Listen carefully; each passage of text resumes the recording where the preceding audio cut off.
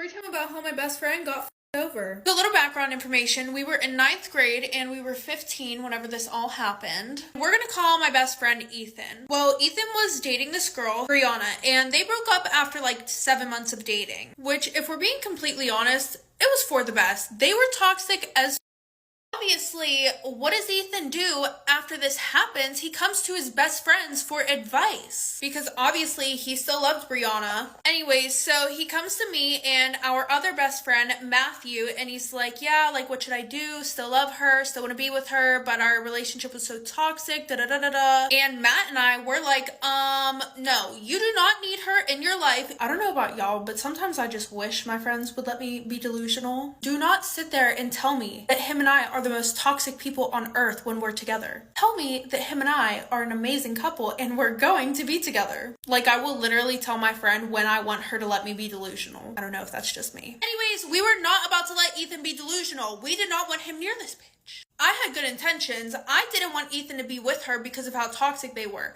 Matt, on the other hand, anyway, so like I said, we're hyping Ethan up and he's like, yeah, you know what? That I don't care if she gets another boyfriend. I don't need her. Well, Ethan, you really shouldn't have said that in front of Matt. Especially the I don't care if she gets another boyfriend part. Anyway, so fast forward, Matt ends up getting with Ethan's ex-girlfriend.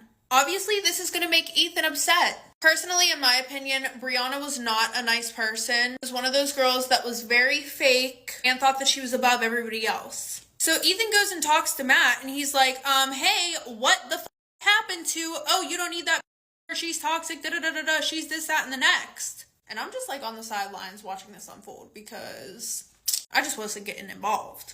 Anyway, so Matt is like, well, you said that you didn't care if she got another boyfriend. When he said that, that did not go over well with Ethan at all. He was not about to have him use that as an excuse to over. So then Ethan goes, you know, you're my best friend, I trusted you, da da da da da. And then Matt, guess what he does? He just shrugs and he's like, well, I don't know what you want me to do. Anyway, so this led to Ethan and Matt physically fighting. I ain't gonna lie, he was mad as a motherfucker. Matt ended up with a broken nose and Brianna ended up dumping him. So, you know, he really just like got beat up for no reason. But that's what you get for being a snake. Karma's a bitch. I could have been one of Epstein's victims. I was watching the Jeffrey Epstein doc on Netflix last night and I'm spooked. Literally had a mini panic attack with all the memories flooding in. As I'm laying in bed recognizing a girl's face flash across the screen and I recognize one of his victims as one of my really good childhood friends. I don't know if it belongs in the subreddit, but here's my story. I lived in South Florida almost all of my life with my crazy controlling parents that wouldn't let me do anything as a kid.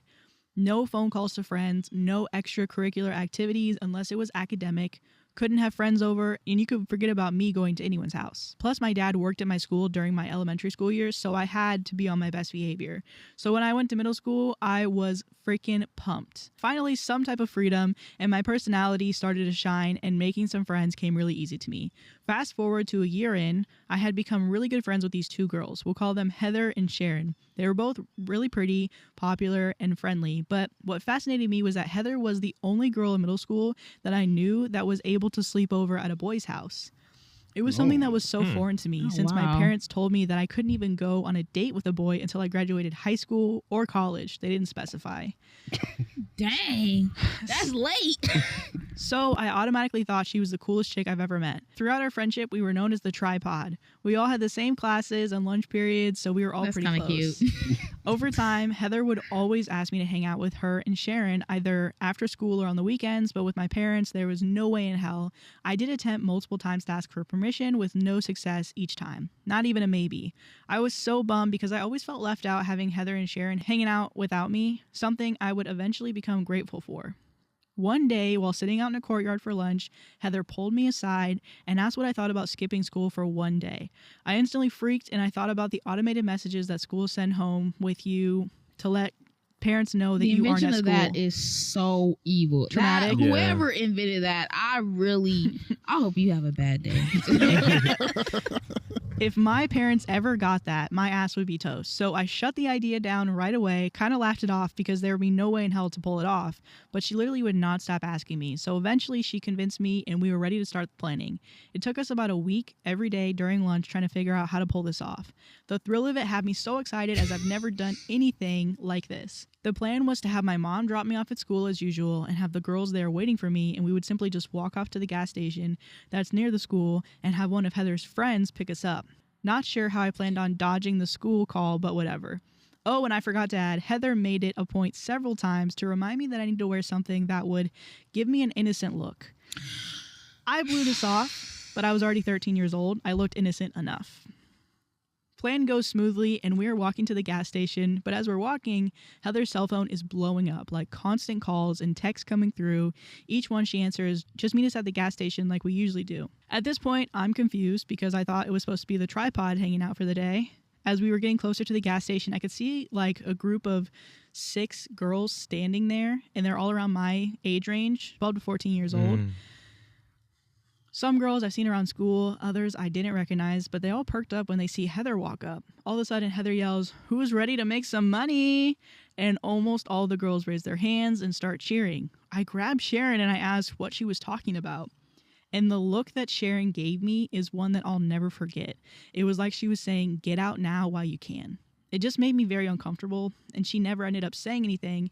It was just weird. A big group of young girls who should be in school just hanging out at a gas station. As we're standing there, 2 black Lincoln cars pull up and make a sudden stop right in front of us. Heather starts numbering the girls and tells the first group to get in the car, and as they do, the car speeds away.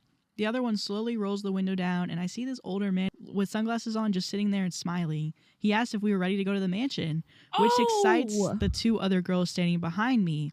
He opens the door and they both jump in, followed by Sharon. Heather is standing next to me and nudges me to go on, but as she does, I start going off on her, asking, what the hell is going on? Where are we going? Who is this man? And why didn't she mention this in any of her plans? She looks almost annoyed at me and says, out of all of the girls that I bring, you're the only one that gives me a problem. I thought you would want to get out and finally have some fun. And with your body, you could make a killing. At the time, I was so naive. I didn't know exactly what she meant by that, but by the tone of her voice and how pressured she was making me feel, I ended up backing away and I ran back to school. Thank you, God. As embarrassed as I felt for bailing on my friends, I feared my mom and her belt a lot more. Real. Plus, going off into a car with someone I've never met screams stranger danger. I'm so grateful that my parents put that fear in me, or else I don't know if I would have made the smart decision.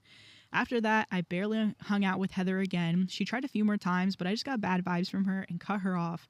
But I always saw her randomly walk out of school towards the gas station, always with a group of girls. Sharon, on the other hand, she started to spiral into depression slowly.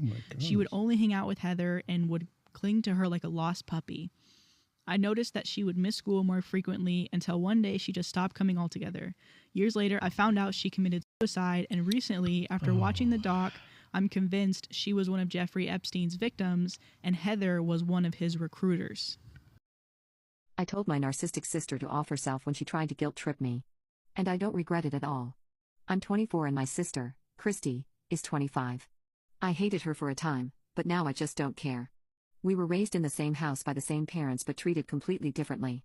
Christy went to private school, was chauffeured around by our stay-at-home mother, and was given a hefty allowance. I went to public school, rode the public bus, walked everywhere, and never had an allowance. No extended family would say anything about it beyond claiming my parents and sister loved me, that I have to understand that it wasn't their place and that maybe things would be better if I tried harder. I hated them just as much as I hated my parents. Christy mocked me relentlessly growing up. She was the pretty one and the smart one. If I got upset by her mocking, I was told I was being sensitive and that it was sibling love.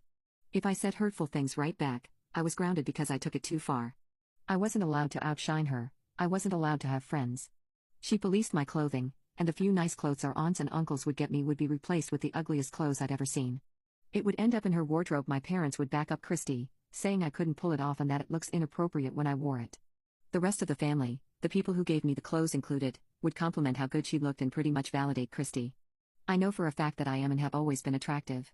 Even in those ugly outfits, I managed to get asked out on multiple dates and got a boyfriend sophomore year. Said boyfriend knocked up Christy our senior year after cheating on me with her since I got my early admission letter and was neglecting him and the family. She told me the day before my graduation, claiming he was going to marry her and they were in love and it grew from me abandoning them both, blah blah. Our mother was there and because I didn't really react, she thought I was being a good sister and said she was so proud of me. I didn't cry about it. I just packed up my car when everyone was asleep, skipped my graduation and the supposed party that was planned, and I left. My only stop was to the police station where I gave them my info, told them that if I'm reported missing that I'm not, and bluntly said I'm running from an abusive family, was going away to college, and never coming back. Got rid of my phone and everything. Went to school, got a good internship turned job, bought the condo I was renting, and had my dream wedding. Christy got in contact with me via Facebook. Her DMs, 2 days worth because I don't really use my Facebook, consisted of her saying I abandoned her when she needed me most, that she's practically a single mom, her husband, my ex, hates her and got with a woman that looks like me, our parents blame her for me leaving and won't help her, and the entire family treats her kid like crap for being the product of an affair. She didn't get into any of the colleges she applied to, and couldn't go to college as a full-time mother. She switched between blaming me for her misfortune and throwing a pity party. While reading, I didn't feel much of anything reading how awful her life turned out. I think I truly just stopped caring, so even karma beating her down didn't give me any joy. Then she both and tagged me in a post that read I feel like I'm drowning and I just need my sister. Why won't you respond?